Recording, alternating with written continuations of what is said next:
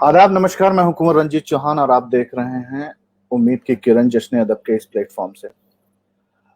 नाजरीन, जाहिर है कि इस दौरान जब हम सैटरडे को आपके दरमियान आते हैं तो हम किसी न किसी ऐसी शख्सियत के साथ आते हैं ना जिसने न सिर्फ इस माशरे की समाज की तामीर में अपना रोल अदा किया हो, अपना किरदार अदा किया हो, बल्कि उस माशरे को आगे ले जाने में उसकी क्या भूमिका रही है, इस पर भी बात होती रही है। और इस पर जब बात होती है तो यतीन्द्र मिश्र साहब तो जिस हमेशा ये प्रोग्राम करते हैं, आपको मालूम है, उम्मीद की किरण।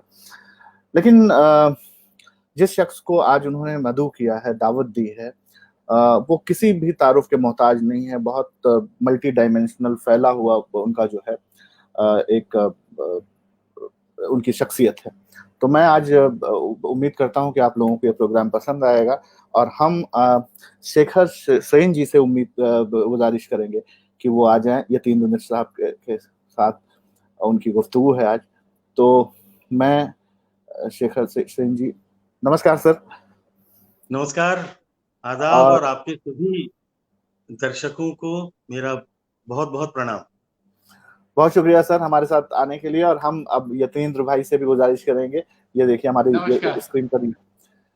तो तीनों नमस्कार यतीन्द्र शख्सियत भाई। नमस्ते सर। बहुत शुक्रिया आप दोनों लोगों का हमसे जुड़ने के लिए सर। और शेखर जी सेन जी का बाकी जब तफसील में तारुफ तो कराएंगे यतीन भाई, लेकिन मैं आपको बता दूं कि 1961 से लेकर, यानी जब रायपुर में इनका जन्म हुआ, यानी जब तब वो मध्य प्रदेश हुआ करता था, यानी 1961। और जाहिर है कि वालदेन जो है, माता पिता दोनों ग्वालियर घराने से थे। आप वाइस चांसलर थे अरुण कुमार सेन जी, डॉक्टर अनीता सेन जी, तो वो रिनाउंड सिंगर थे। तो वहां से बड़ी दिलचस्प कहानी रही शेखर सेन जी की, कि वहां से इन्होंने गजल के लिए एचएमवी के लिए साइन किया था। बड़ी हैरत की बात है।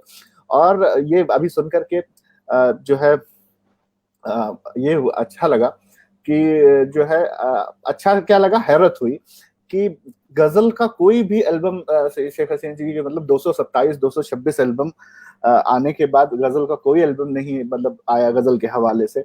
और दुष्यंत ने कहा था, पर उन्होंने दुष्यंत पर काम है। जाहिर है कि अपने म्यूजिकल मोनो एक्ट के लिए जाने जाते हैं, प्लेस के लिए जाने जाते हैं, कंपोजर हैं, सिंगर हैं, लिरिसिस्ट हैं, बहुत सारी, मैंने जैसे बताया कि बहुत वसी जो है शख्सियत है। लेकिन हजार से ज्यादा जो है सूरदास पर, तुलसीदास पर, विवेकानंद पर, कबीर दास पर जो है इतने जो है आपने मोनो एक्ट किए। हजार से ज्यादा शोज हुए, विदेशों में बहुत हुए। पद्मश्री से नवाजा गया आपको 2015 में। हिंदुस्तानी हुकूमत ने आपको पद्मश्री से, एक जो हाईएस्ट सिविलियन अवार्ड है, एजाज है, उसको उससे नवाजा आपको। और हमारी खुशबख्ती है कि सर आप आज हमारे दरमियान हैं। संगीत नाटक एकेडमी के जो है चेयरमैन रहे आप। इसी साल आपका टेन्योर पूरा हुआ है, यानी 2015 से 2020 तक। तो दुष्यंत ने कहा था कि सिर्फ हंगामा खड़ा करना मेरा मकसद नहीं, मेरी कोशिश है कि ये सूरत बदलनी चाहिए। उस सूरत को बदलने की कोशिश, उस जब से पर्वत पर वो हो गई है पीर, पर्वत से पिघलनी चाहिए। तो जब से वो पीर पिघल रही है, उस दौर से, उस हिमालय से वो गंगा निकल रही है। तो और उसमें यह है कि मेरे सीने में नहीं तो तेरे सीने में सही है कहीं भी आग, तो ये आग जलनी चाहिए। वो आग जो है, अब शेखर सेन जी ने संगीत नाटक अकेडमी के हवाले से किसी दूसरे शख्स को मुंतकिल कर दी है, एक्सटेंड कर दिया है कि भाई अब आप इसको आगे लेके इस मशाल को बढ़े। लेकिन अपनी जिम्मेदारियों से अभी वो फारिग नहीं हुए हैं और वो निभाते जा रहे हैं जो माशरे के लिए है।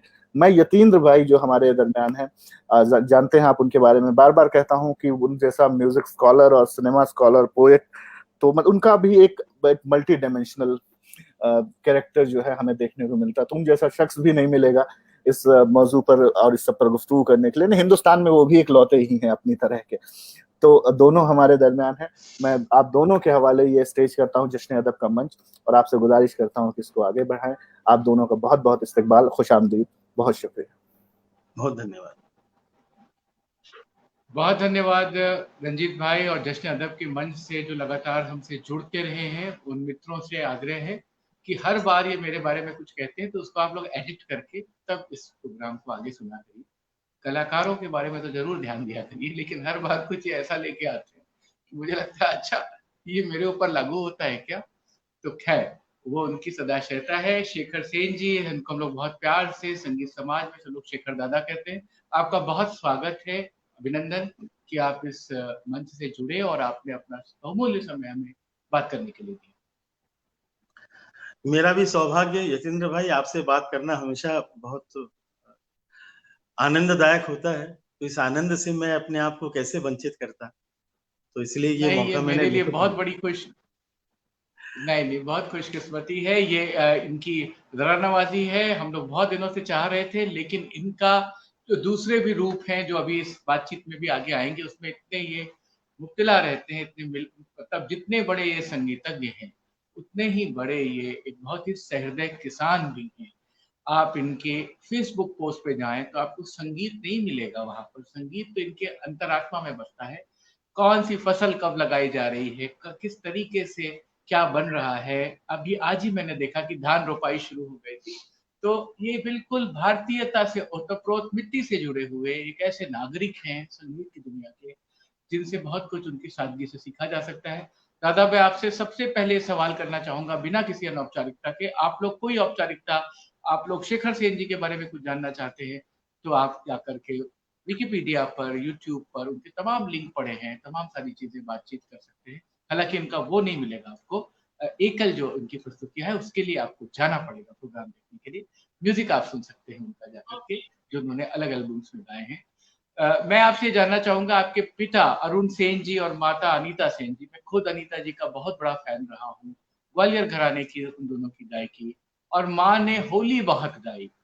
बरसत रंग गोकुल में जो उन्होंने त्रिभंग गाया है, कन्हैया घर चलो गुड़िया आज खेले होली, और ऐसी होली न खिलाओ कन्हैया अब के फागुन में। मुझे लगता है मेरी कोई होली अनीता जी को सुने बगैर नहीं जाती। अगर आप लोग यूट्यूब पे उनको ढूंढ के सुने, मुझे लगता है कि हर फागुन अनीता जी के बगैर अधूरा है। माँ पिता का स्मरण, उनके द्वारा दिया गया संगीत संस्कार, और कैसे वो आपके अंदर इतने ऊर्जस्वित भाव से मौजूद है। देखिए, केवल दो रिश्ते ऐसे होते हैं जिनका आप चुनाव नहीं करते, या आपके माता पिता कौन। उसके बाद फिर जो सगे भाई बहन होते हैं, उसके अलावा तो आप भाई चुन लेते हैं, दोस्त चुन लेते हैं, बहनें बहुत सी बन जाती हैं, पर माता पिता ही होते हैं। और मुझे लगता है कि मेरा बहुत सौभाग्य था कि एक बहुत ही विद्वान और विदुषी पिता और माता के आंगन में मैं बड़ा हुआ। क्योंकि ये बहुत सुवर्ण संधि ही कही जा सकती है कि एक ऐसे परिवेश में जहां पर संगीत हो, साहित्य हो, जहां दोनों कविताएं करने वाले हों, दोनों नाटक जिन्होंने लिखे हों, कहानियां लिखे हों, लेख लिखे हों, दोनों बहुत ही अच्छे वक्ता हों, और बहुत अच्छा अध्ययन उनका अपने विषय के ऊपर था। तो ऐसे परिवेश में जब आप बड़े होते हैं तो अपने आप आपको घुट्टी में बहुत सारी चीजें वो मिल जाती हैं जो आपको अलग से सीखने की जरूरत नहीं हो। तो इसलिए मेरे पिता डॉक्टर अरुण कुमार सेन जी भी बहुत बड़े विद्वान थे। उनका जो शोध ग्रंथ था भारतीय तालों का शास्त्रीय विवेचन, वो आज भी सबसे ऑथेंटिक संदर्भ ग्रंथ माना जाता है। और वो भी वाइस चांसलर रहे 2 बार, और बहुत अच्छे गायक थे। जितना अच्छा वो, बहुत कम लोगों को शायद ये इल्म होगा कि छत्तीसगढ़ी का जो पहला फोक का रिकॉर्ड एचएमवी का निकला था, वो मेरे पिताजी का लिखा हुआ और स्वरबद्ध किया हुआ। आप कहें तो मैं उससे भी एक शुरुआत कर सकता हूँ कि बिल्कुल बिल्कुल, मैं कहने जा रहा था। महानदी महानदी के पार राजीव लोचन के धार मोर, नानकुन गाँव हर दाई ददा मोर, यहाँ के किसान दाई ददा मोर, यहाँ के किसान। तो मेरे पिताजी का जन्म भी छत्तीसगढ़ में ही हुआ था, तो भी बहुत अच्छी छत्तीसगढ़ी बोलते थे। तो हमारे घर में एक बहुभाषी परिवेश था, क्योंकि पिताजी बंगाली थे, माँ तेलुगु थी, हमारा इलाका छत्तीसगढ़ का था, और वातावरण पूरा हिंदी का था। तो हम लोग बहुत सारी भाषाएं बोलते थे, पर सपने हिंदी में देखते। तो इसलिए ये भी एक सौभाग्य का विषय मेरे लिए रहा कि बहुत सारी संस्कृतियों के साथ एक साथ आप जब बड़े होते हैं तो हर एक की अच्छाई और हर एक से सीखने का मौका आपको मिलता है। तो फिर माँ हमारी पहले ख्याल गाती थी, फिर उनकी आवाज बंद हो गई, उन्होंने सितार सीखना शुरू किया अन्नपूर्णा देवी जी से, फिर सितार बजाने लगी। फिर अचानक आवाज उनकी जब लौट कर आई तो वो एकदम भारी आवाज हो गई। जो काली एक में गाती थी वो सफेद 4 सफेद काली 3 वाली आवाज हो गई, भारी सी आवाज जो बिल्कुल ठुमरी के लिए ठीक थी। तो उन्होंने ठुमरी गाना शुरू किया और फिर उन्होंने देखा कि ठुमरी में ज्यादातर ठुमरियां जो हैं वो श्रृंगार, थोड़ा उत्कट श्रृंगार की ठुमरियां हैं। तो उन्होंने बहुत सारी ठुमरियां खुद बनाई। फिर उन्होंने अष्टनायिका के ऊपर बहुत काम किया, नवरसों के ऊपर बहुत काम किया। तो एक ऐसा परिवेश पूरे समय था जहां हमेशा रचनात्मकता को जोर दिया जाता था और प्रोत्साहित किया जाता था। मतलब मुझे याद है मैं शायद 10 वर्ष का रहा हूंगा और एक दिन माँ ने मुझसे कहा कि शेखर तुम मेरे लिए एक ठुमरी बनाओ। मैंने कहा माँ क्यों, तुम मजाक कर रहे हो, मैं ठुमरी बनाऊंगा तुम गाओगे नहीं। माँ ने कहा नहीं नहीं तुम बनाओ, मैं सच में गाऊंगा। तो मैंने एक ठुमरी बनाई, दादरा था, और माँ को मैंने कहा माँ तुम सीखो। तो हमारे यहाँ वो तखत के ऊपर मैं हारमोनियम लेके गाने लगा, तो माँ नीचे बैठ गई जमीन पर और वहां उन्होंने बैठ करके पूरा गाना लिखा, उसका नोटेशन लिखा। और 2 दिन बाद हमारे यहाँ रायपुर में एक जगन्नाथ मंदिर है, वहां पर एक संगीत सभा थी। तो वहां मैं भी गया माँ के साथ और माँ ने वहां अनाउंस किया कि मेरे बेटे ने मुझे एक ठुमरी बनाकर सिखाई है, तो मैं अपने बेटे की रचना आज आप सबके सामने सुना रही हूँ। और मेरे लिए यतीन्द्र भाई वो इतने गर्व का दिन था। देखिए संसार में बहुत से पुरस्कार आपको मिल सकते हैं, पर एक बच्चे को अगर ये मालूम पड़े कि उसकी रचना इस योग्य बनी है कि उसकी माँ उसको मंच पर गा रही है, इससे बड़ा पुरस्कार मुझे नहीं लगता किसी बच्चे को उसकी माँ दे सकती। वो रचना आप चाहें तो मैं थोड़ा गुनगुना देता हूँ। जी जी बिल्कुल बिल्कुल। मत जाओ सैया छोड़ के, मत जाओ सैया छोड़ के, तोरे बिना मोरा जिया नाही लागे रे, लागे रे, लागे रे। मत जाओ सैया छोड़ के, मत जाओ। तो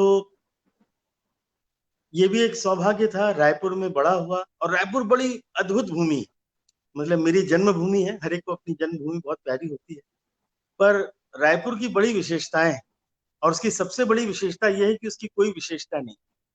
मतलब ऐसा कुछ नहीं है रायपुर में जिसको देखने के लिए आप रायपुर जाएं। जैसे लखनऊ और अयोध्या में लोग किसी कारण से जाते हैं, पर रायपुर आने वाला वो व्यक्ति होता है जो आराम से घूमने के लिए, आनंद लेने के लिए और मस्ती करने के लिए आता है, तो वो रायपुर आता था। तो 18 साल की उम्र तक मैं रायपुर में रहा और फिर हम मुंबई आ गए। तो ये जीवन का पहला अध्याय। पर रायपुर में अगर आप पूछेंगे कि कहाँ बड़ा हुआ, तो एक म्यूजिक कॉलेज कैंपस में बड़ा हुआ। पिताजी वहाँ संगीत महाविद्यालय के प्राचार्य थे, तो वहाँ गाना भी सीखा, सितार सीखा, वायलिन सीखी। और हमारे यहाँ एक बहुत अच्छे कथक के गुरु आ गए थे, रायगढ़ घराने के कार्तिक राम जी। तो मेरी माँ ने कहा कि बेटा तुम कथक भी सीखो। तो उस बहाने फिर कथक भी 4-5 साल मैंने सीखा। तो आज जब मैं मुड़ के देखता हूँ तो मुझे लगता है कि ईश्वर ने मुझे एक ऐसे सुंदर परिवेश में बड़ा किया जहां मैं बहुत सारी चीजें, बहुत सारी विधाएं मैं सीख पाया। तो वहीं रायपुर में माँ ने मुझे खाना बनाना भी सिखा दिया, क्योंकि हमारी कोई बहन नहीं थी। तो माँ ने कहा कि भाई मेरी बेटी मैं चाहती थी और तुम आ गए, तो जो जो मैं अपनी बेटी से करवाना चाहती थी अब वो सब तुम सीखो। तो उन्होंने वो भी सिखा दिया। तो मुझे लगता है एक अच्छे, बहुत अच्छे माहौल में, एक बहुत सुंदर संस्कारगत, संस्कारी परिवार में लालन पोषण हुआ। उसके लिए ईश्वर को भी धन्यवाद है और अपने माता पिता को और गुरुजनों को धन्यवाद। बहुत ही सादगी से आपने अपनी अपनी यात्रा बयां की है। मैं जश्न अदब के लोगों को बताना चाहूंगा कि जब शिखर जी संगीत नाटक अकादमी के अध्यक्ष रहे, संगना पत्रिका में हम लोगों ने गुरु कार्तिक राम का एक लंबा आर्काइवल इंटरव्यू प्रकाशित किया ईद की रजामंदी से, और उसको बहुत सारी मेहनत करनी पड़ी। लेकिन रसूलन भाई, कार्तिक राम जी, मास्टर फिदा हुसैन नरसी, तमाम सारे बड़े लोगों पर आपने काम कराया। और गुरु अन्नपूर्णा देवी, उनके मृत्यु के जस्ट पहले पहली बार वो खुली और खुल करके उन्होंने बोला अपने जीवन के बारे में। इसका सारा श्रेय शेखर जी को है, क्योंकि अन्नपूर्णा जी पर उनके खुद से, उनके मुंह से कही हुई बातें कम मिलती है। आपके जीवन में एक और महत्वपूर्ण व्यक्ति का समावेश रहा है, एक गुरु के तौर पर, गार्जियन के तौर पर, मित्र के तौर पर, पंडित नरेंद्र शर्मा। पंडित नरेंद्र शर्मा आपके मित्र रहे, आपके गार्जियन रहे। मुझे बहुत सारे ऐसे संस्मरण पता है जिसमें कभी किसी बड़े गायक, कलाकार, कवियों का आप लोगों ने जयंतियां मनाई और अक्सर अकेले आप होते थे और वो होते थे। मैं चाहूंगा कि उस संबंध को और किस देखिए, तरीके से वो आपने मेरे अपनी युवावस्था में वो बिल्कुल सब पिता किया। समान थे, और पिता से भी उनकी उम्र ज्यादा थी, तो मेरे ताऊ जी आप कह सकते हैं। और उनका मैं जी जी। जब मेरा संबंध ऐसे हुआ कि उनका घर हमारे घर से बहुत नजदीक था। मैं सांता क्रूज में हमारा घर था और खार में उनका निवास था। तो मैं हर दिन उनके पास चला जाता था, क्योंकि हर दिन उनसे कुछ ना कुछ सीखने मिलता था। और मेरे अंदर एक बहुत अच्छी बात ये रही कि जब माँ बाबा रायपुर में थे तब तो उनके पास हम सीख लेते थे, पर माँ बाबा जब नहीं थे रायपुर में, तो हर दिन मुझे लगता था कि मुझे कुछ ना कुछ सीखना चाहिए, कुछ ना कुछ जीवन में योग होता जाए, कुछ जुड़े, क्योंकि घटता तो बहुत कुछ है, जुड़ता बहुत कम है। और उसमें मुझे पंडित नरेंद्र शर्मा जी का साथ मिल गया, उनका आशीर्वाद मिला, और बहुत अच्छे से हम लोग सारे प्रश्न मैं उनसे कर लेता था, क्योंकि और कोई नहीं होता था। फिर वो अचानक मुझे एक दिन उन्होंने कहा कि शेखर चलो हम लोग कल मैथिली बाबू का जन्मदिन मनाएंगे। मैंने कहा ठीक है पंडित जी, मनाएंगे।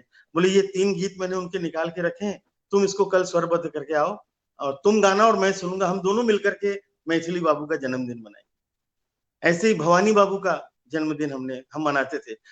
मतलब एक महादेवी वर्मा जी को हम लोग याद किया करते थे, उनकी कविताओं को वो समझाया करते थे हमको, या प्रसाद जी के बारे में बात होती थी तो वो इतने भाव विभोर हो जाते थे, और बहुत ही अद्भुत विद्वान व्यक्ति थे। मैं एक बात कहूंगा कि मेरे ऊपर आज जो भाषा का संस्कार है, या छंद का संस्कार है, या छंद को समझने की जो तमीज मुझे आज थोड़ी बहुत है, उसका पूरा श्रेय मैं पंडित नरेंद्र शर्मा जी को देना चाहूंगा। एक ऐसे अद्भुत, उत्कृष्ट विद्वान, उत्कृष्ट कवि, और एक बेहद सहज व्यक्तित्व। आज मुझे बड़ा अपने आप से मुझे ईर्ष्या होती है कि मैं कितना सौभाग्यवान हूं कि मुझे पंडित नरेंद्र शर्मा जी का आशीर्वाद, उनके घर पर जाने का, उनके साथ बैठने का, और घंटों तक हम लोग बतियाते रहते थे। मुझे यदि भी जो मैंने एक संस्था भी बनाई थी संकल्प नाम से, जिसमें पहला कार्यक्रम दुष्यंत ने कहा था, और फिर दूसरे वर्ष मध्ययुगीन काव्य, तीसरे वर्ष पाकिस्तान का हिंदी काव्य। इस संस्था के अध्यक्ष पंडित नरेंद्र शर्मा जी थे। और मैं जब पंडित जी से मैंने कहा पंडित जी आपको हमारी एक संस्था बन रही है, मैं सचिव हूँ, आप अध्यक्ष बनेंगे। तो उन्होंने कहा कि शेखर, मैंने आज तक किसी भी संस्था का मैं अध्यक्ष और सचिव और ट्रस्टी नहीं बना हूँ, पर तुम्हारा आग्रह मैं ना नहीं कहूंगा, मैं अध्यक्ष बनूंगा। तो वो एकमात्र संस्था है जहाँ पंडित जी ने अध्यक्ष के नाते, क्योंकि रजिस्टर आपको करनी पड़ती है संस्था, फर्म्स में, registrar of firms and societies में, तो पंडित जी उसमें हमारे अध्यक्ष बने। विनोद तिवारी जी, अगर आपको याद हो, माधुरी के संपादक, वो उपाध्यक्ष थे और मैं जी सचिव जी। था। ऐसे तो किसी से पैसा लेना नहीं था और किसी को देना नहीं था, तो हमारी संस्था बिल्कुल निर्विवाद चलती रही आराम से। और हम लोग अपने मन के कार्यक्रम करते रहते थे। हर वर्ष हिंदी दिवस पर एक अच्छा कार्यक्रम, एक शोधपूर्ण कार्यक्रम, जैसे तीसरे वर्ष हमने पाकिस्तान का हिंदी काव्य किया, चौथे वर्ष हमने किया मीरा से महादेवी तक जितनी भी कवित्रियां हुई, क्योंकि भारत में बहुत कम लोगों को पता है कि हजारों कवित्रियां हुई हैं हमारे देश में। और केवल हिंदी और ब्रज और भोजपुरी और मैथिली वाली कवित्रियां की बात मैं नहीं कर रहा हूं। आप अगर मराठी, गुजराती, कन्नड़, तेलुगु, तमिल और मलयालम इन सबको भी जोड़ लें तो असंख्य कवित्रियों का योगदान हमारे भारतीय साहित्य को मिला है। तो वो भी एक कार्यक्रम हमने किया। फिर एक कार्यक्रम कबीर पर मैंने किया, कहत कबीर सुनो भाई साथों, फिर एक गोस्वामी तुलसीदास जी पर एक कार्यक्रम किया।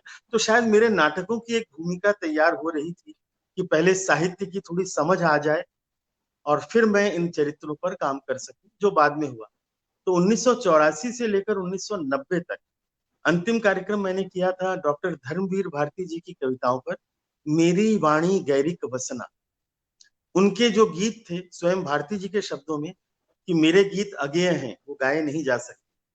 और मैंने कहा डॉक्टर साहब, अगर इस देश में सामवेद की ऋचाएं गाई जा सकती हैं तो इस देश में सब कुछ गाया जा सकता है। तो उनकी बहुत सुंदर तर्जें भारती जी के गीतों की भी बनी और भारती जी इतने अभिभूत हुए क्योंकि हम लोग चाहते थे कि उनको हम लोग किसी तरह की कोई संजीवनी बूटी दें। अगर आपको याद होगा तो 89 में उनको हार्ट अटैक्स आए थे बहुत सारे, 6-7, और उसके बाद वो बेहद अस्वस्थ थे। उनका बाहर निकलना, खाना पीना सब कुछ एकदम कम हो गया था। तो हम जितने भारती जी के चाहने वाले लोग थे, हम सब ने कहा कि उनको कोई ऐसी चीज हमको करके देनी चाहिए जिससे उनको एक संजीवनी मिले। तो हमने कहा कि चलो उनकी कविताओं का एक सांगीतिक कार्यक्रम हम लोग करते हैं। तो बड़ा अद्भुत अरे कार्यक्रम वाह! वो था। उसमें शरद जोशी जी ने बोला, उसमें सलमा सिद्दीकी साहिबा आई थी, उन्होंने बहुत अच्छा बोला। तो एक बहुत अच्छा वो कालखंड था मुझे लगता है मेरे जीवन का। और मैं अकेला था जो हिंदी साहित्य और को गाता भी था, उर्दू अदब की समझ भी रखता था। तो एक अच्छा कालखंड उस समय मेरा निकला। मुंबई मैं आने चाहूंगा के कि धर्मवीर जी की कोई एक गीत की कोई 4 पंक्तियां आप गुनगुना दें, या जो भी जिस कवि का भी आप गाना चाहें। डॉक्टर साहब की एक कविता है, दीदी के धूल भरे पांव, बरसों के बाद आज क्यों ये मन लौटा है फिर अपने गांव, दीदी के धूल भरे पांव। ये कविता है। तो मैंने इसकी तर्ज बनाई, दीदी के धूल भरे पांव, बरसों के बाद आज फिर ये मन लौटा है, बरसों के बाद आज फिर ये मन लौटा है, फिर अपने गांव, दीदी के धूल भरे पांव, ओ दीदी के धूल भरे पांव। उसमें बहुत बहुत धन्यवाद शेखर दा। ये इलाहाबाद को याद करते हुए उन्होंने एक कविता लिखी थी। तो बहुत अच्छी अच्छी कविताएं डॉक्टर साहब ने भी लिखी हैं। और अंधा युग तो खैर उनकी एक अमर कृति है ही। हम सब जितने भी साहित्य नाटक से जुड़े हुए लोग हैं उनको जानते हैं। तो ऐसे बहुत सारे मनीषियों का, विद्वानों का, महापुरुषों का मेरे ऊपर बड़ा आशीर्वाद रहा। डॉक्टर धर्मवीर भारती जी, पुष्पा भारती जी, उनका बहुत आशीर्वाद मुझे मिला। पंडित विनोद शर्मा जी का बहुत आशीर्वाद मिला। शरद जोशी जी का बहुत प्यार, बहुत स्नेह उनका मुझे मिला। शरद जी के यहाँ हम चले जाते थे क्योंकि हमको बड़ा गर्व होता था। उस समय तक मध्य प्रदेश ही था।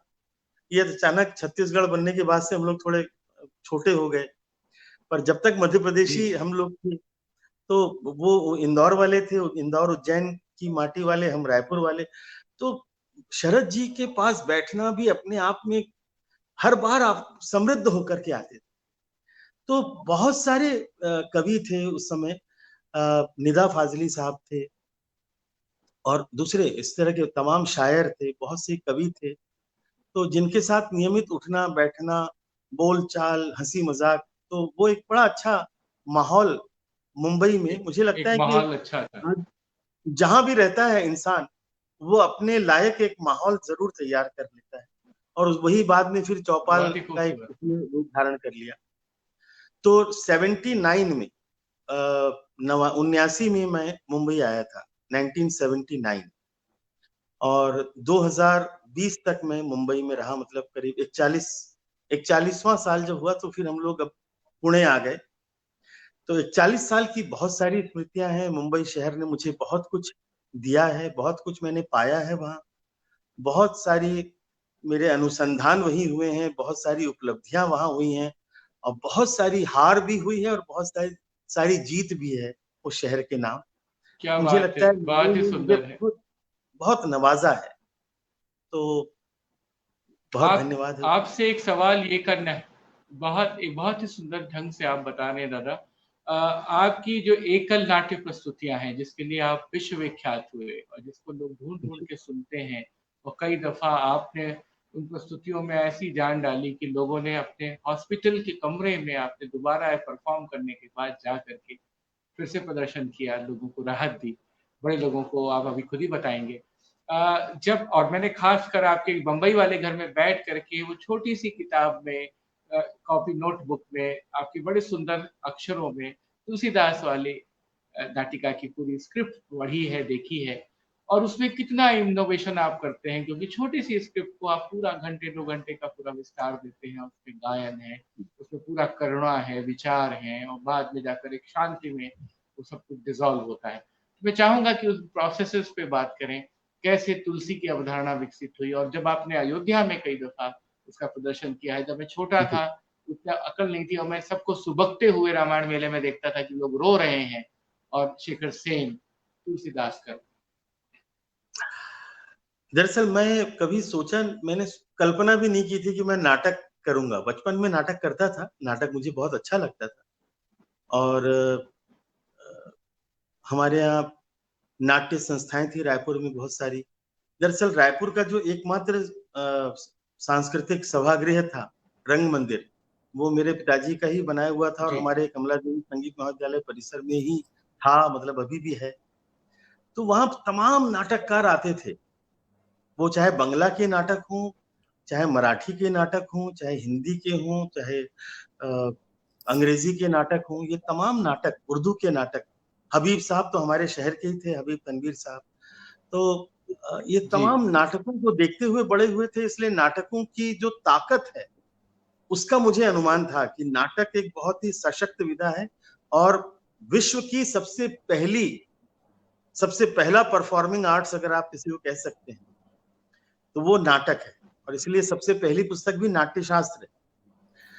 1997 में मैं अपने माता पिता को लेकर गया था अमेरिका और जर्मनी की यात्रा में। गाने के हमारे कार्यक्रम थे, 18 हमारे परफॉर्मेंसेस हुए, और उसमें आखिरी हमारा जो था वो ह्यूस्टन में अंतरराष्ट्रीय रामायण मेले में हम लोगों को कहा कि आप लोग जी। हर एक सेशन की शुरुआत और अंत में रामायण से कुछ गाएंगे। तो तुलसी रामायण, वाल्मीकि रामायण, उससे हम लोग कुछ ना कुछ गाते थे। वहां 2 पुस्तकों का विमोचन।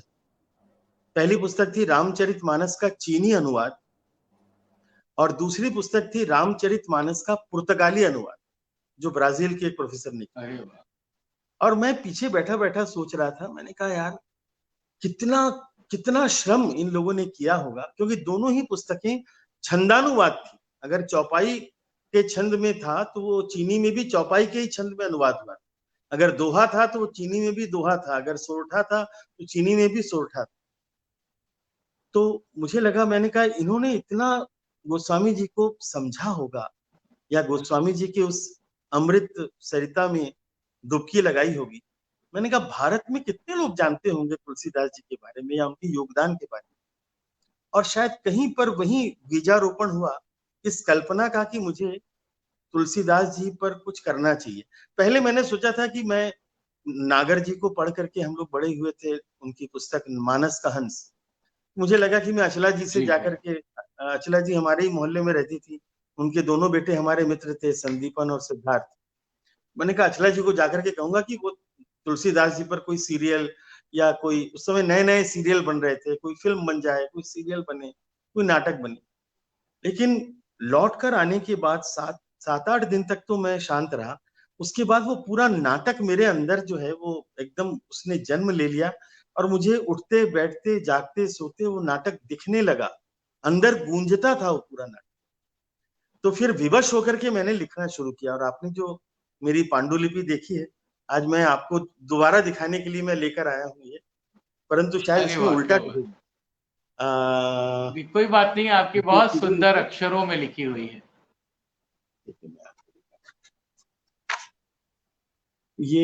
ये नाटक की प्रतिलिपि, पांडुलिपि मैंने लिखी, और उसके बाद फिर मुझे लगा कि मुझे अगर नाटक, तो मैंने पहले तो डॉक्टर साहब को सुनाया, डॉक्टर भारती को। उन्होंने कहा शेखर बहुत अच्छी तुमने कृति लिखी है, पर अभिनय तुमको करना पड़ेगा। अब ये एक ऐसा मेरे लिए एक ऐसी चुनौती थी, और मैंने कहा जैसे डॉक्टर साहब ने अगर बोल दिया है तो मैं बड़ा आज्ञाकारी किस्म का लड़का हूँ, किसी बड़े ने कुछ कहा तो मैं पूरी कोशिश करता हूँ कि मैं करूँ। तो जैसे जामवंत के कहने पे हनुमान जी ने छलांग लगाना तय किया, तो मैंने कहा डॉक्टर साहब ने बोला है तो मैं भी नाटक करूंगा। तो पहले मैंने अपने संगीत के कार्यक्रम बंद किए, संगीत की रिकॉर्डिंग्स बंद की, जितने भी मेरे आय के स्रोत थे वो सब मैंने पहले बंद किए। मैंने कहा अब जीना यहाँ मरना यहाँ, इसके सिवा जाना कहाँ, जो भी होगा अब नाटक ही करेंगे। 1 साल तक मैंने नाटक का अभ्यास किया, क्योंकि 2 घंटे का नाटक याद करना, संगीत भी है। तुलसी में अगर आपको स्मरण हो तो 52 जगह पर मैं गाता हूँ, 52 स्थानों पर 2 घंटे। तो उसकी टाइमिंग, उसका बिल्कुल करेक्ट सिंक्रोनाइजेशन और स्क्रिप्ट को याद करना, ये सारी चीजें, तो उसमें 1 वर्ष लगा। और उसके बाद बॉक्स ऑफिस पे भयंकर रूप से फ्लॉप था, क्योंकि हिंदी के दर्शकों की समस्या ये है कि वो नाटक नाम की चीज को पैसे देकर नहीं देखना चाहते, और हर शो में खर्च बहुत होता था, लाइट का, साउंड का। म्यूजिशियंस मैं लाइव लेता था, 5 लाइव म्यूजिशियंस के साथ करना नाटक, तो हर बार एक घाटे का सौदा होता था। पर मुझे भी लगा कि अब यही करना है चाहे जो हो, क्योंकि उसकी जो प्रतिक्रियाएं आती थी उससे मुझे लगा कि मैं कम से कम सही रास्ते पर हूं। जितने भी लोग नाटक देखने आते थे वो कहते थे कि शेखर बंद मत करना, चालू रखना है इसको, तुम अच्छा काम कर रहे हो। तो मैंने जारी रखा करना। और फिर दूसरा नाटक जब कबीर मेरा शुरू हुआ, तो उसके बाद फिर तो सफलता की एक अलग कहानी शुरू हो गई, और ईश्वर ने इतना दिया जिसकी मैंने कभी कल्पना भी नहीं। तो बहुत ही सुंदर दादा। मैं चाहूंगा 98 में शुरुआत हुई तुलसी, 99 में शुरुआत हुई कबीर, 2004 में शुरुआत हुई विवेकानंद, 2010 में साहब, और 2013 में सूरदास। ऐसे 5 नाटक मैंने किए। और केवल बीच में एक समय कुछ 7-8 प्रस्तुतियां मैंने की, एक गांधी जी की जीवन पर आधारित, मेरे ही 4-5 नाटकों को मिला करके, और उसमें उसका हमने नाम रखा सन्मति। तो उस तरह से उसको एक गूंथा था गांधी जी के जीवन को छूते हुए, क्योंकि जब गांधी जी के मृत्यु के 60 वर्ष हुए थे, उस समय 2008 में हमने वो प्रस्तुतियां की थी। बस यही कहानी है। उसके बाद फिर अब नाटक ही कर रहे हैं। मैं इसका लोभ संवरण नहीं कर पा रहा। हालांकि ये आपका वो पक्ष है कि आप उस नाटक की चीजें ऐसे सार्वजनिक नहीं करते हैं, उसके लिए नाटक देखने जाना पड़ता है। लेकिन एक लाइन कुछ भी गुनगुना दीजिए, और वो प्रसंग जरूर सुना दीजिए जब आपने कहा था कि मैं दोबारा से प्रस्तुति कर दूंगा, लेकिन उसकी रिकॉर्डिंग नहीं, और वो कैसे हुआ?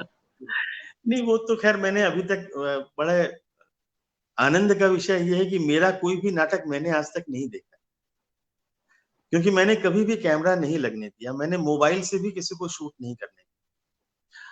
तो मैं अपनी ओर से कोशिश करता हूँ, क्योंकि मुझे लगता है कि एक बार आपने उसकी शूटिंग कर ली तो फिर वो नाटक नहीं रहता, फिर वो एक फिल्म बन जाती है, एक सीरियल बन जाता है, उसका रूप बदल जाता है। तो नाटक को नाटक की तरह ही रहना चाहिए, प्यार को प्यार ही रहने दो, कोई नाम न दो। तो पहले मैं तुलसी का एक दृश्य सुनाता हूँ। और इस समय जो कोरोना की महामारी से हम सब, पूरा विश्व जूझ रहा है, तो उस समय भी जब गोस्वामी जी थे, उस समय भी काशी नगरी में महामारी आई थी। और ये जो जिनको इतिहास पता है, हर 100 साल में 1-1, 2-2 महामारियां ऐसी आती रहती हैं। परंतु गोस्वामी जी ने इसका कैसे सामना किया था, क्योंकि बहुत कम लोगों को पता है कि गोस्वामी जी ने रामचरितमानस लिखी थी, और ठुमकी चलत रामचंद्र और ये सब लिखे थे, और पर कम लोगों को पता है कि रामलीला शुरू करवाने वाले भी तुलसीदास जी थे। और उत्तर भारत में हर गांव में हनुमान के मंदिर के साथ व्यायामशाला खुलवाने वाले भी, अखाड़ा खुलवाने वाले भी हनुमान जी थे, क्योंकि वो चाहते थे कि जो बच्चे हैं गांव के, वो इतने बलिष्ठ हों कि अगर गांव पर कोई संकट आए तो गांव अपनी रक्षा खुद करते। तो ऐसे ही एक दृश्य है, वो छोटा सा दृश्य मैं आपको सुनाता हूं तो उसमें आपको आनंद आए। कुछ दिनों के बाद काशी नगरी में महामारी फैल गई। एक दिन का तेज ज्वर आता और प्राण पखेरु उड़ जाते लोगों के। लोग भागने लगे काशी से। गंगाराम जी आए, कहने लगे, तुलसी भैया चलो, भाग चलो काशी से। मैंने कहा मैं कहीं नहीं जाऊंगा। बहुत मिन्नत करने के बाद वो लौट गए। मैंने रामू को बुलाया। जी गुरुदेव, अरे जा तो अखाड़ों से युवकों को बुला ला। 20-25 युवक जमा हो गए। मैंने कहा आप सबन का सहयोग चाहिए। बड़े जीवट वाला लड़का था मंगल, उन सब का मुखिया। कहने लगा, आदेश करिए गुरुदेव, आप सब निकल चलिए मेरे साथ काशी जी में। जहां जहां गंदगी हो सफाई करें। कोई वृद्ध या वृद्धा अस्वस्थ हो तो उन्हें यहाँ ले आए उपचार हेतु। और जितने भी शव मिले उनके दाह संस्कार की व्यवस्था हो। और घोषणा करते चलिए कि जिन जिन घरों में रोग की छाया है वहां पर नीम के पत्तों का धुआं करें। मैं भी निकल पड़ा उन युवकों के साथ। प्रेरित होकर और भी युवक संग हुए। कुछ क्रोधित माता पिता आए, कहने लगे, ये महामारी के समय जब लोग काशी से भाग रहे हैं, हमारे लड़का बचवा के जान काहे मुसीबत में ढकेले तो गुसाई। मैंने कहा कुछ नहीं होगा किसी को राम जी की कृपा से। और बजरंग बली जिनके संग हो उनसे तो काल भी डरे हैं। और सचमुच किसी को कुछ ना हो। काशी नगरी का जीवन एक बार फिर से लौट आया। हमारे संकट मोचन हनुमान ने एक बार फिर से अपने तुलसी की लाज रखी।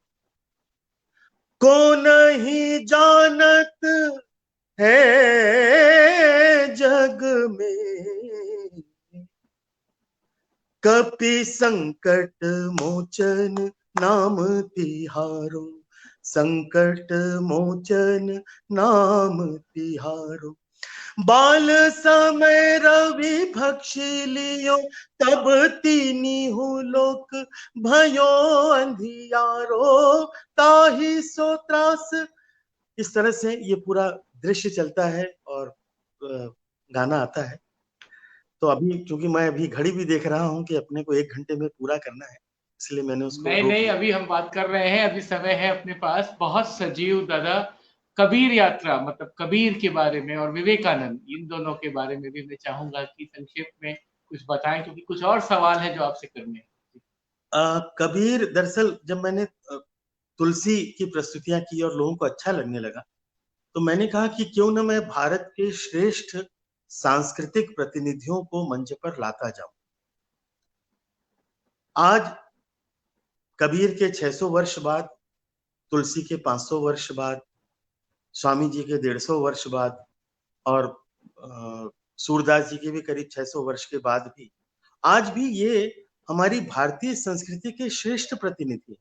आज भी हमको कोई भी उदाहरण देना होता है तो इनकी ही चौपाइयां, इनके ही पद, इनके ही दोहे, इनकी रमैनियां जो हैं वो हमारे लिए हमारे मुहावरे बन गए।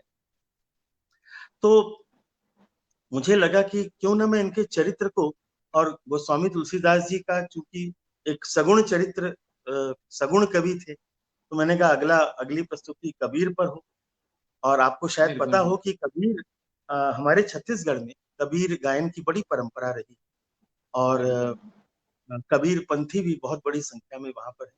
तो हमारे परिवार में भी कबीर के प्रति एक बहुत ज्यादा प्यार और स्नेह और एक लगाव रहा।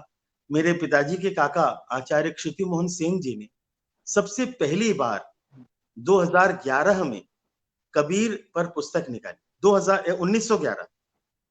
1911 में उन्होंने पुस्तक, वो बांग्ला भाषा में थी, कबीर पर। उसका ही अनुवाद गुरुदेव ने बाद में किया 100 पोइम्स ऑफ कबीर के नाम से। तो कबीर के साथ एक हमारा एक संबंध था उस तरह का, मतलब हमारे लिए कबीर कोई अजाने व्यक्तित्व नहीं थे। तो दूसरा नाटक कबीर पर हुआ और कबीर का एक दृश्य सुना देता हूँ छोटा सा।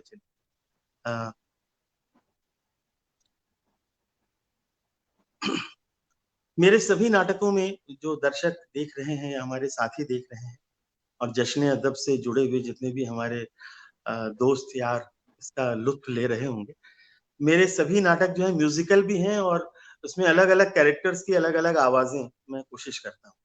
तो कबीर में 45 जगह पर गाना आता है, 43 रागों में निबद्ध है और 38 कैरेक्टर अलग। तो एक छोटी सी बानगी आप उसकी देखिए। और हमको मिल गए हमरे बाप और अम्मा, जुलाहा खानदान में परवरिश भई हमारी। कोई कोरी कहे है तो कोई जुलाहा, पर मतलब तो एक ही है, कपड़ा बुनने वाला।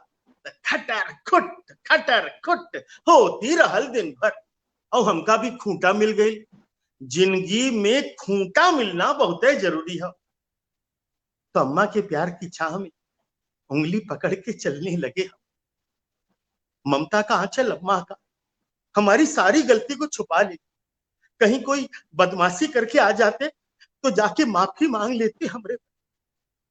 अम्मा कहती थी तो कि हम पैदा ना ही केली रे, पर जब पहली बार देख ले रहली तो मुरे अचरवा में दूध भराया तोरे। माँ को जननी कहे हैं, पर मुझे तो हर जनानी माँ दिखे। बाप बड़े कठोर थे, एकदम कड़का कड़ा। अब गरीब बाप के पास कड़क होए के अलावा उचारा भी का, और हम ठहरे फक्कड़। गरीब की दौलत होती है ओकरी फक्कड़ी, तो फक्कड़ हमरा चोला और फक्कड़ हमरी बोली। तो अम्मा एक दिन बोली, ए कबीरा जाके सूत रंगवा दे। 5-6 बरस के रहे होंगे हम। उठाया सूत, अब पहुंच गए रंगरेज चच्चा के घर। ए चच्चा रंग दा इस सूत के। चच्चा बोले, अरे ठहर जा बिटवा, तनी हथवा का काम निपटा ले।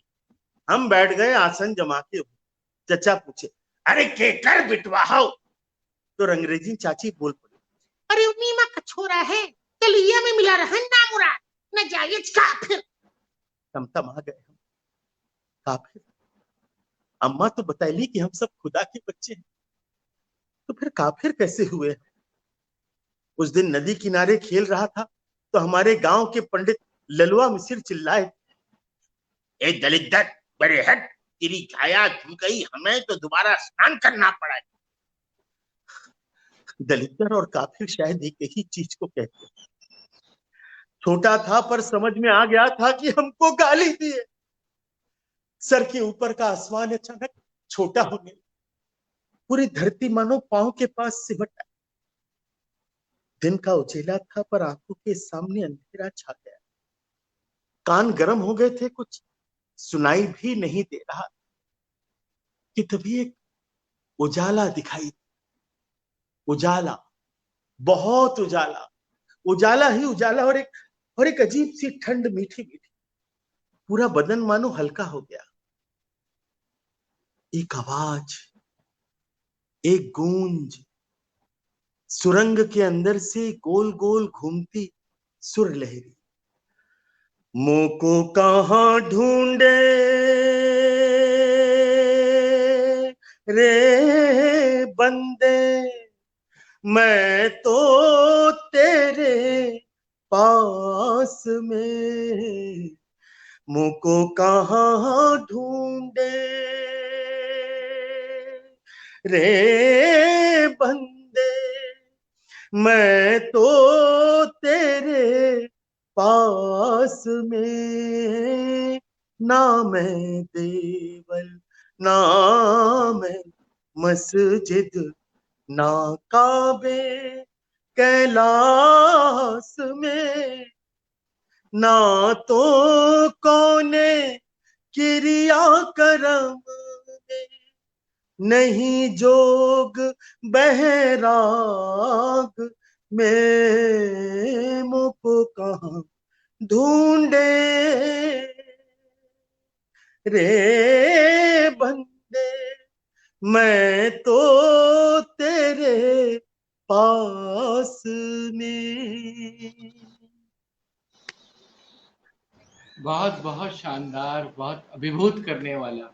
आपके जो प्रस्तुतियां हैं और जो जिसमें इतने तरह के वेरिएशंस हैं, इतने विविध वर्णी रंग हैं, उसमें सब में करुणा बहुत है, बहुत करुणा है, बहुत अपना सब वो श्रेयस और प्रेयस का मामला है, देने का भाव है, उदात्त, एक सबलाइन पे आप ले जाते हैं। ये सब करते हुए वो ये सारे जो एक रस डालने की वृत्ति है, तो उसको एक पैथोस क्रिएट करने का मामला है, जिससे विरेचन का मामला, ये सब जो आप क्रिएट करते हैं और जो भारतीय नाटकों की अवधारणा में है कि पूरी तरह से उस नाटक से आपका विरेचन हो और बाद में उसकी जो सबसे सुंदर उपलब्धि है कि फल प्राप्ति हो, जो शिवेत रक्षते का मामला है।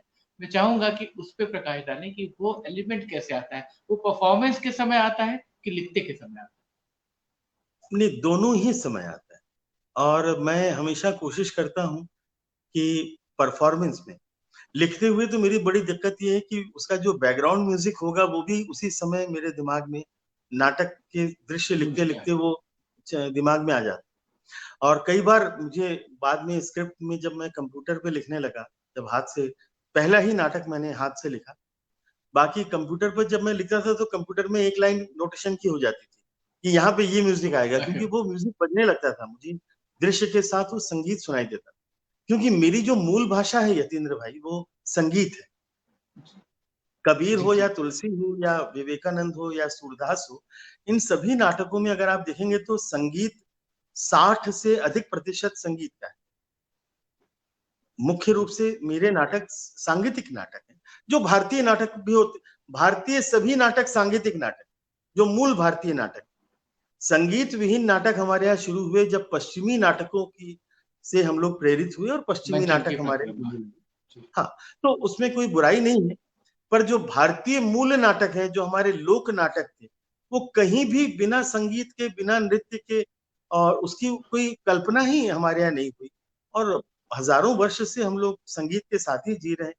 देखिए, भारत ऐसा देश है जहां जन्म तो छोड़ दीजिए, उसके पहले गर्भ ग्रहण से लेकर या जो 16 संस्कार है, मृत्यु तक, हर जगह पर संगीत है, हर जगह पर नाटक है।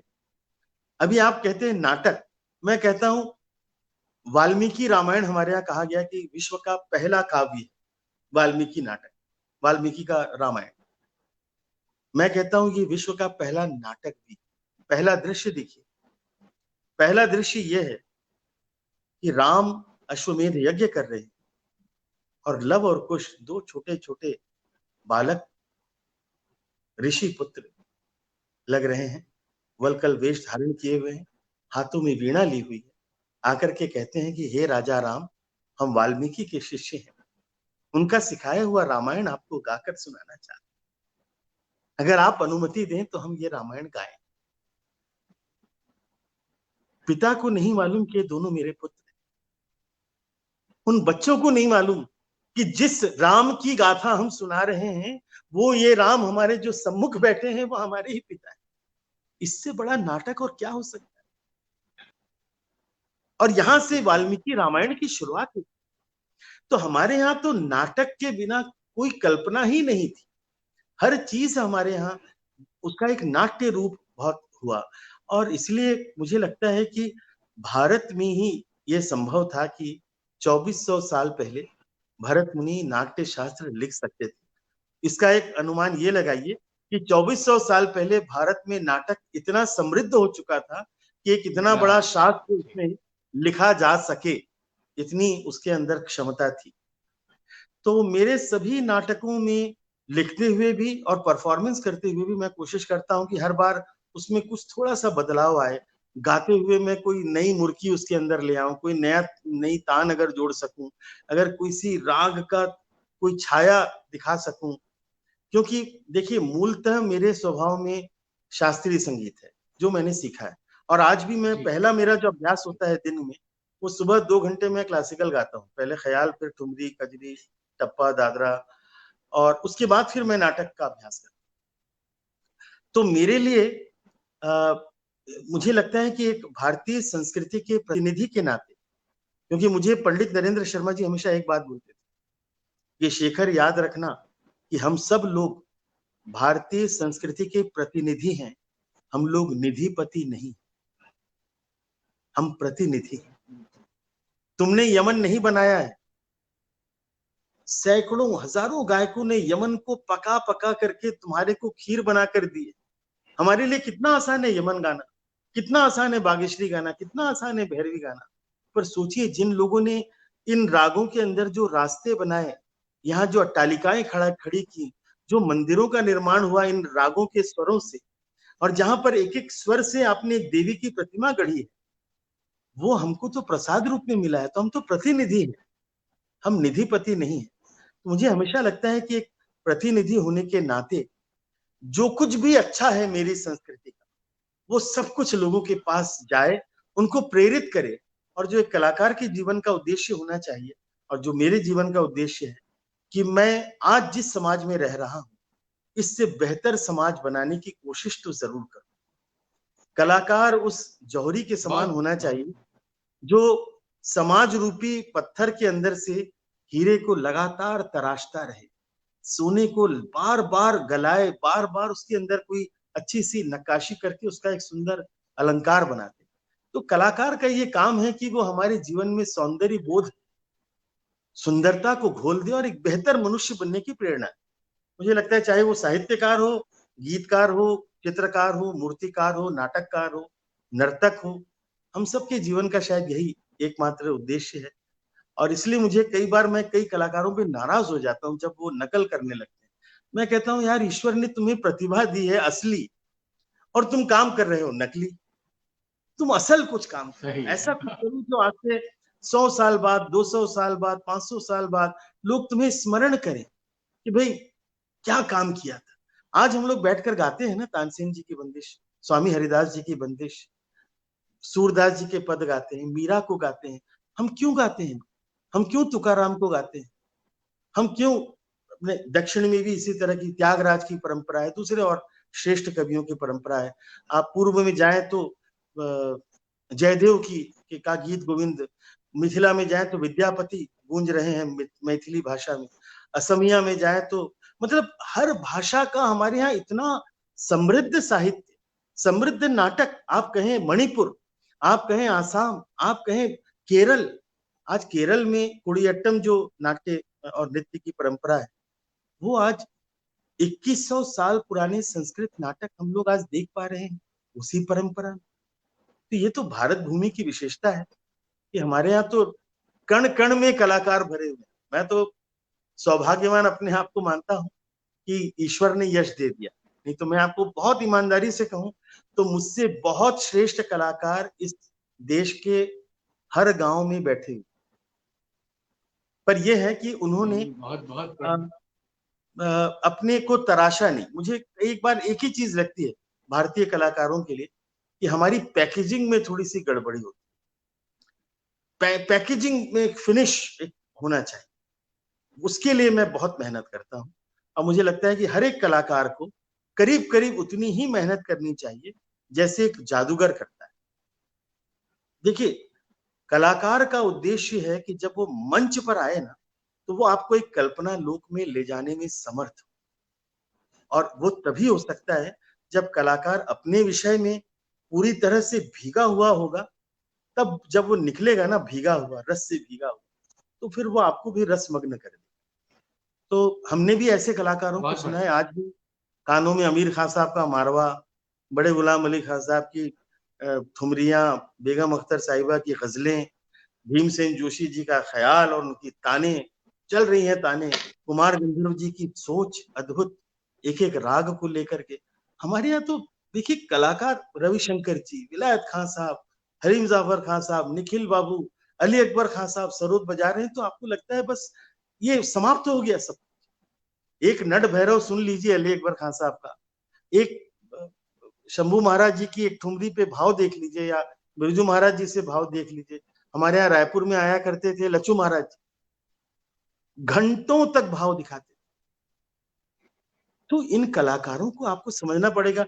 मैंने देखा है यतीन्द्र भाई, 2 घंटे तक उन्होंने केवल घूंघट दिखाया था, केवल कि घूंघट कैसे खोल रही है। घूंघट की गत उनकी बहुत मशहूर थी। मतलब क्या क्या साधना थी इन कलाकार। आज तो हम हमारी बच्चियों को, बहनों को, बेटियों को कहेंगे घूंघट भी होता था तो कहेंगे कि व्हाट इज घूंघट। तो परंतु जिस समय घूंघट था, उस घूंघट की क्या मर्यादा होती थी, जेठ के आने पर क्या मर्यादा होती थी, और ससुर जी के खखारने में क्या मर्यादा होती थी, ये सारी चीजें हम लोग आज भूल रहे हैं। पर मुझे लगता है कलाकारों का काम है कि इन जड़ों से जुड़ी हुई चीजों को बार बार समाज के सामने लाते रहे। बहुत बढ़िया दादा, आपसे एक सवाल और करना चाहता हूँ। आपने रामानंद सागर के रामायण सीरियल रविंद्र जैन जी के लिए गायन किया है, उनके अनुभव और उसके सेंस में। मेरे विवाह से ठीक पहले उस समय रामायण सीरियल चालू हो गया था और बड़ा प्रसिद्ध भी हो रहा था, मेरा शुरुआती दौर था। और अचानक मुझे रविंद्र जैन जी का फोन आया। उनको मैं काकू कहता था क्योंकि मेरे पिताजी के मित्र थे। 1967-68 में जब वो कलकत्ते से बॉम्बे जा रहे थे बाई कार, तब वो रायपुर में रुके थे और उस रात हमारे यहाँ आ गए थे और पूरी रात हमारे यहाँ महफिल जमी थी। रविंद्र जैन जी और वो आ गए थे। अद्भुत गुणी व्यक्तित्व उनका था। तो अचानक उनका मेरे प्रति भाव बच्चे जैसा ही था। मैंने कहा शेखर कल सवेरे आ जाना, कुछ गंवाना है तेरे से। मैं काकू में गाता होता नहीं। बोले तू आ जा, तू, मैं देख लूंगा, मेरे को क्या गंवाना।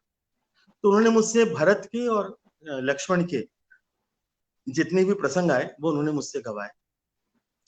और मैं जब वहां गया और मैंने वो गीत गाया, आप बहुत आश्चर्य करेंगे कि मुझे मेरे कैसेटों ने, या मेरे उस समय रिकॉर्ड और कैसेट निकला करते थे, और मेरे मंच के कार्यक्रमों ने उतनी मुझे प्रसिद्धि नहीं दिलवाई जितनी मेरा हर कार्यक्रम में परिचय होता था रामायण सीरियल के गायक शेखर सेन। तो मेरा एक गीत बड़ा उसमें लोकप्रिय हुआ था, वो मैं एक लाइन ऐसी गुनगुना देता हूँ। जब भरत जो है शत्रुघ्न को लेकर के जा रहे हैं राम को मनाकर वापस लेकर आने के लिए, वो प्रसंग। भरत चला रे अपने राजा को मनाने, भरत चला रे अपने राजा को मनाने, राजा को मनाने भैया को मनाने, भगत चला रे प्रभु दर्शन पाने, भरत चला रे अपने राजा को मनाने। ये गीत था। ऐसे बहुत सारे गीत उसमें मैंने गाए। एक गीत था जहाँ लक्ष्मण और मेघनाथ का युद्ध होता है। महासंग्राम महासंग्राम राम ही जाने, महासंग्राम का क्या होगा परिणाम, महासंग्राम महासंग्राम। तो खैर रविंद्र जैन जी को भी आज अपना प्रणाम निवेदित कर रहा हूं। एक अद्भुत ओरिजिनल म्यूजिक डायरेक्टर, बहुत अच्छे कवि और बहुत अच्छे मतलब अपने गानों को ऐसा सजाते थे। तो उनके निर्देशन में गाने का मुझे सौभाग्य मिला, ये भी ईश्वर की बड़ी कृपा है। देखिए खूबसूरत बात है। भाई अगर ईमानदारी से कहें तो हमें ऐसा लगता है कि हम सब कुछ कर रहे हैं, पर ईश्वर का विधान कुछ होता है।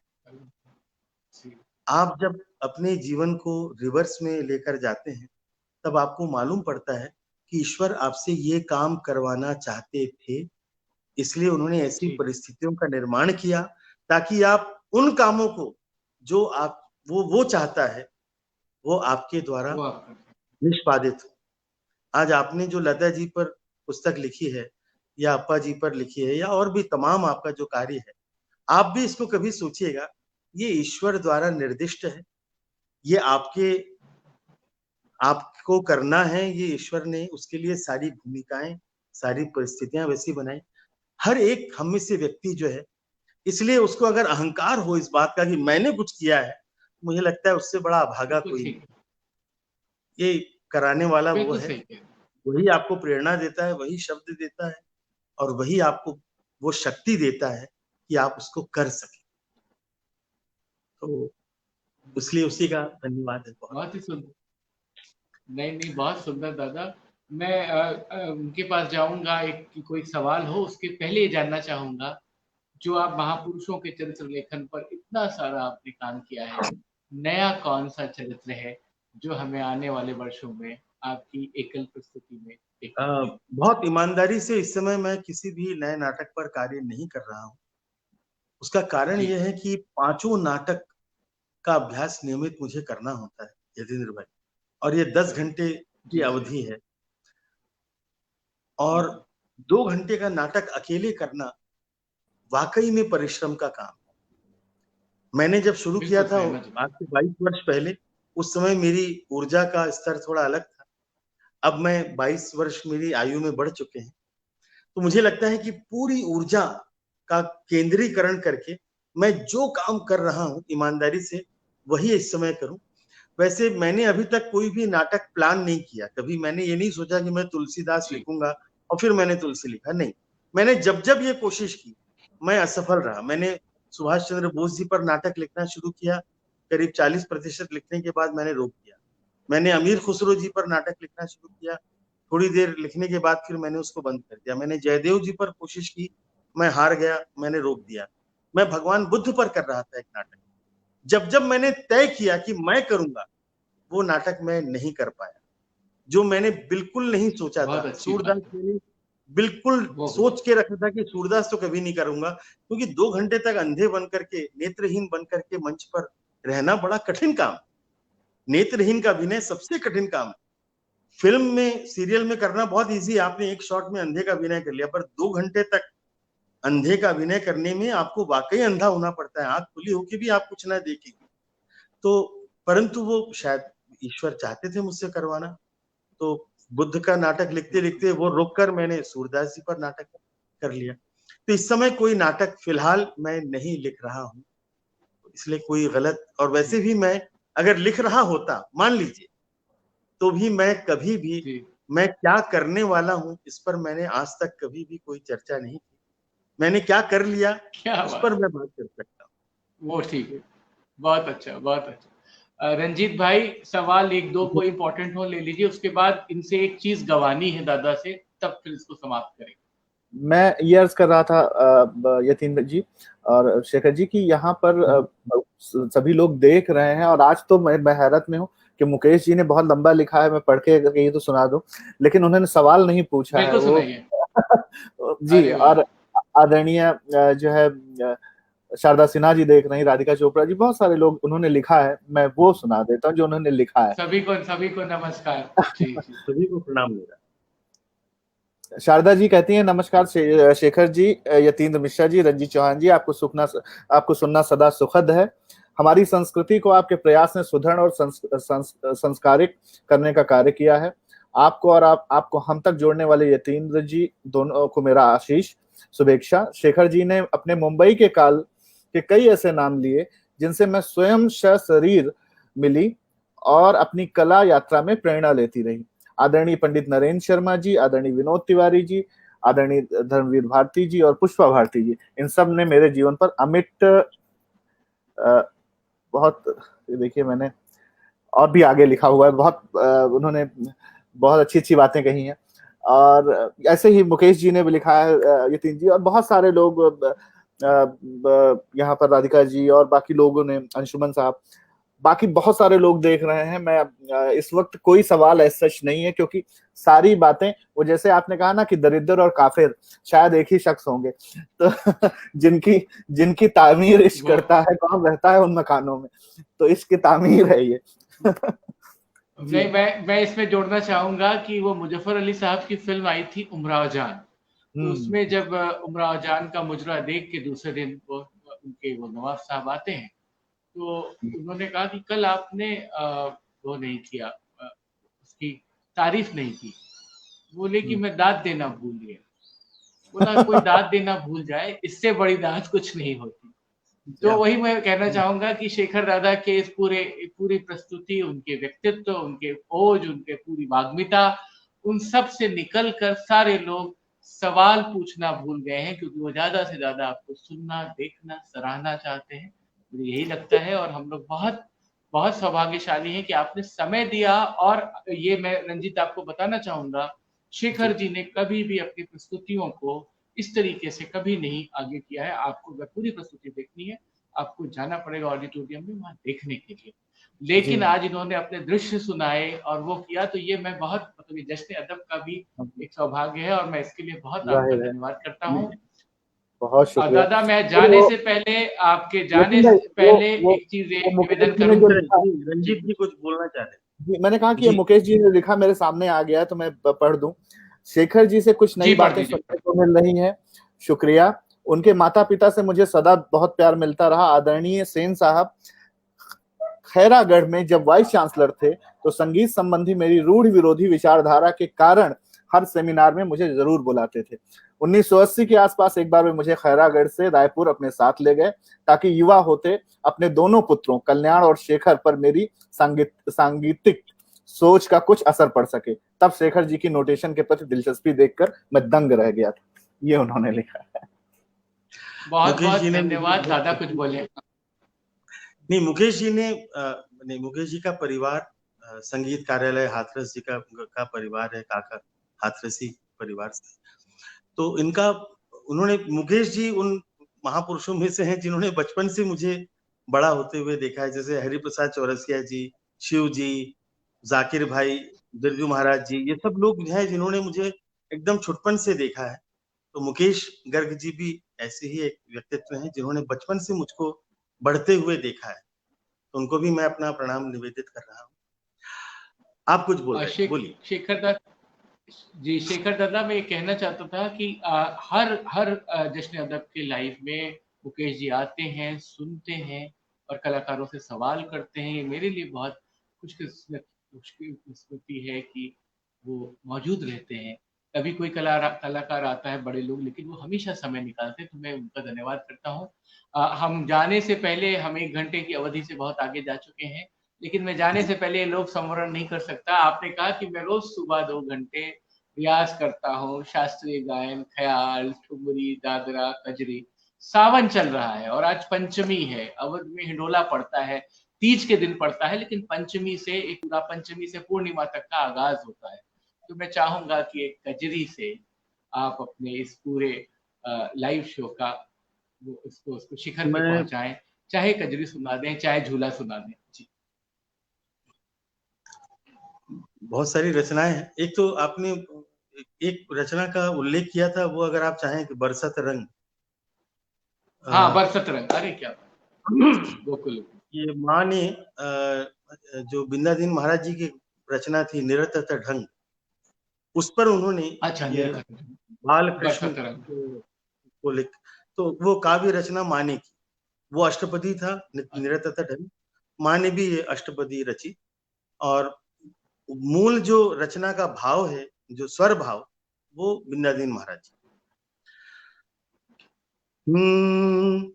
है बरसत रंग गोकुल में, बरसत रंग गोकुल में, बरसत रंग है।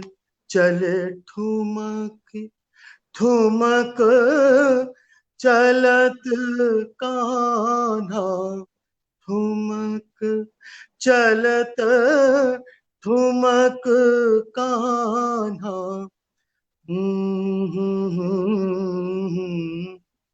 नाराना करत जसोदा को तंग, बरसत करत जसोदा को तंग, बरसत रंग गोकुल में, बरसत रंग रे। एक माँ झूला गाती थी, वो भी एक लाइन सुना देता हूँ। झमकी झुकिया बदरिया कारी, झूला झूले नंद किशोर, झूला झूले नंद किशोर। झमकी झुकी आई झमकी झुकी आई, झमकी झुकी आई, बदरिया कारी झूला झूले नंद किशोर, झूला झूले नंद किशोर।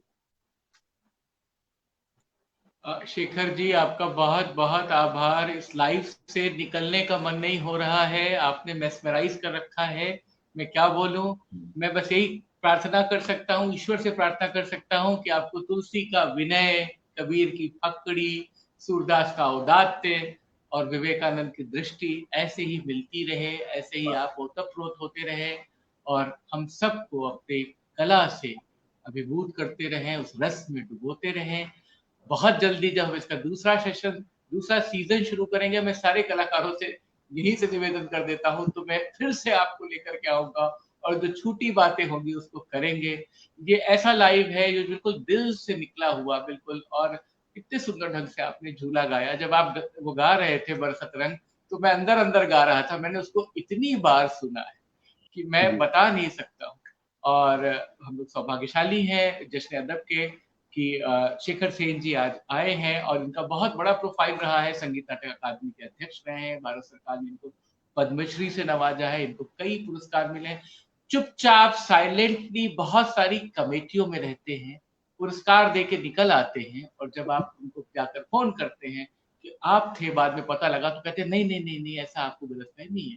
तो ये है शेखर सेन कि आपका बहाना बना देंगे, आपके लिए मदद कर देंगे तमाम सारी जगहों पर। और उसका रंच मात्र भी, ये मैं व्यक्तिगत तौर पे कह सकता हूँ, शेखर सेन कभी उसका दावा नहीं करते कि आपके लिए उन्होंने कुछ किया है।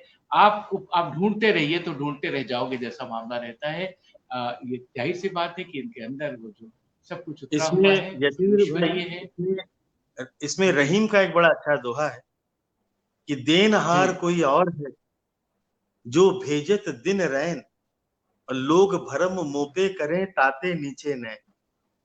देने वाला, करने वाला कोई और है, लोग सोचते हैं कि मैं कर रहा हूँ, इसलिए मैं बड़ा संकोच में रहता हूँ।